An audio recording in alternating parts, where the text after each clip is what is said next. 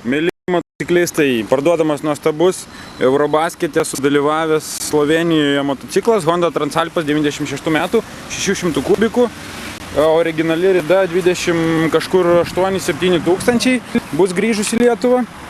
Viskas, jeigu pagal planą vyks, tai bus graviruota plokštelė metalinė su krepšininkų parašais ant motociklo, kurios dar šią savaitę pabandysiu susiorganizuoti. O šiaip tai parašais, bet motociklas nuostabios būklės, nevirtęs, tikrai viskas kaip nauja praktiškai, neaptrintas, neapdaužytas, išlaikytas superiškai. Pasižiūrėkit nuotraukos, čia tik tai toks tuninginis stiklas yra didesnis, papildomas dėl kelionės prisiklijavau, jau šiek tiek patobulinom. Dėžė šita priklauso, šitas dėžės Tomas paskolina, tai šitų dėžių nebus pardavime.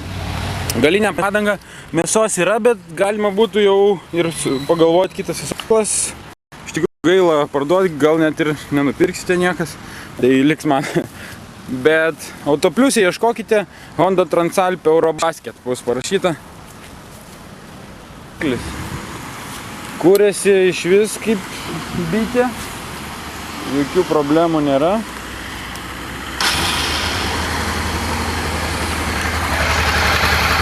Variklis dirba žiauriai gražiai, žiauriai švelniai. Dar ačiū labai Motopro vyrams, kurie visą šitą kelionę prižiūrėjo, aptvarkė motociklą, pakeitė tepalus. Žodžiu, padarė taip, kad aš ramia dūšia galėčiau važiuoti su juo į Sloveniją ir pateikti jums fotoreportažą.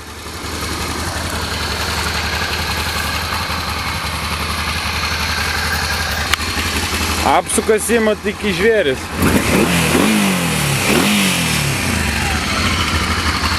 Endurikas superinis softas, kelionėm nuostabus reikalas. Šo. 213.